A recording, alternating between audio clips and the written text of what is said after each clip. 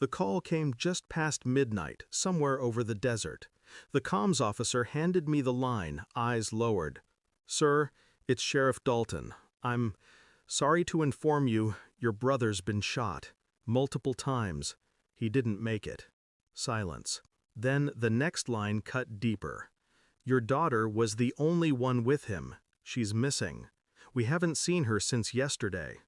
Something inside me locked shut. Not fear, not grief, just cold calculation. My commander didn't hesitate. "The chopper's ready, Captain. You have 48 hours. Go get her. Do everything, and come back." I didn't pack clothes, only a sidearm, an old photograph, and the kind of calm that comes right before violence. They thought I was flying home to bury my brother. They had no idea what kind of storm they'd just unleashed. The ranch looked smaller than I remembered. Yellow tape stretched across the porch like a wound that refused to close. Blood on the dirt, shell casings in the grass. My brother's hat hung on the railing, riddled with holes. The sheriff briefed me quietly.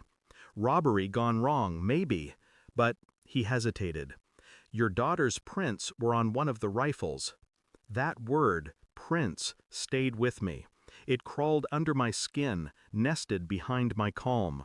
She was 16, smart, careful, the kind of kid who apologized when she closed a door too hard.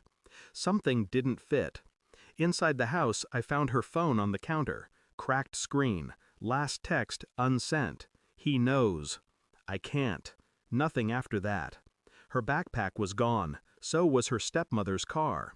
My brother's wife, Allison, the one I'd never trusted. Too polished for ranch life, too quiet when he talked about money. The sheriff called it coincidence. I called it something else, intent. The investigation moved like molasses, but I didn't wait for paperwork. I visited the neighboring properties, asked no questions, just listened. Everyone had seen Allison's car leaving late that night. Not one person saw her return. I tracked her phone to a motel 2 towns over, registered under her maiden name. The clerk said she wasn't alone. A man had joined her, a ranch hand who'd quit 3 months ago after a fight with my brother.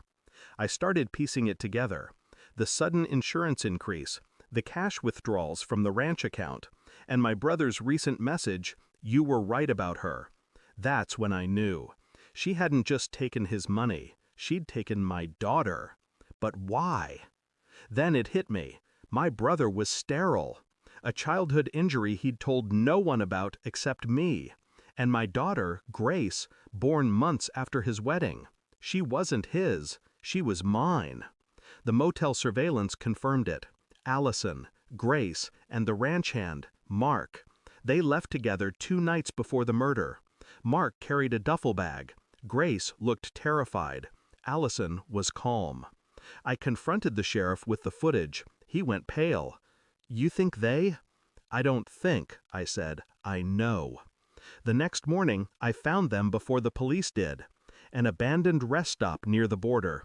Allison was inside the car, hands shaking, cigarette burning down to the filter. Grace sat beside her, eyes swollen, wrists bruised. When she saw me, she froze. Not from fear, from shame. "Dad," that word almost undid me. Almost. Allison tried to speak, but I raised a hand. She fell silent. Her eyes darted toward the glove box. The gun was still there, loaded. She knew that I knew. I slid the motel footage across the dashboard. Then the DNA report I'd pulled through military access.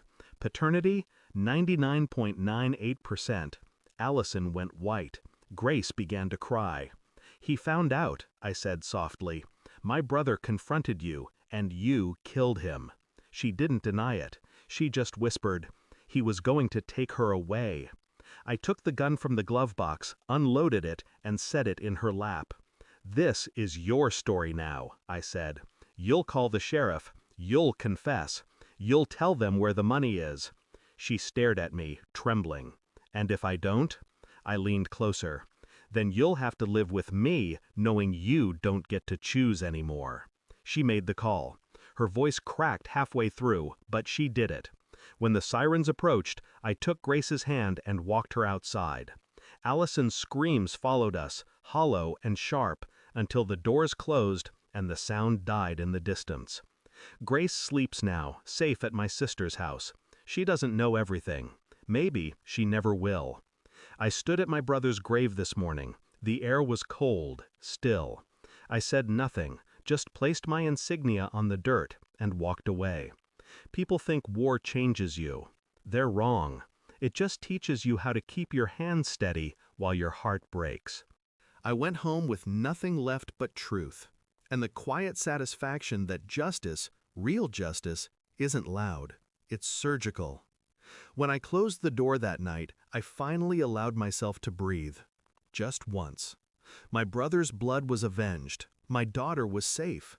And the woman who orchestrated it all was exactly where she belonged. In the dark, I whispered the words he never got to say. You were right about her. Then I turned off the light and left that life buried with him. Thanks for watching. Don't forget to like, share, and comment. Subscribe now to Cheating Stories Insight World for more amazing stories.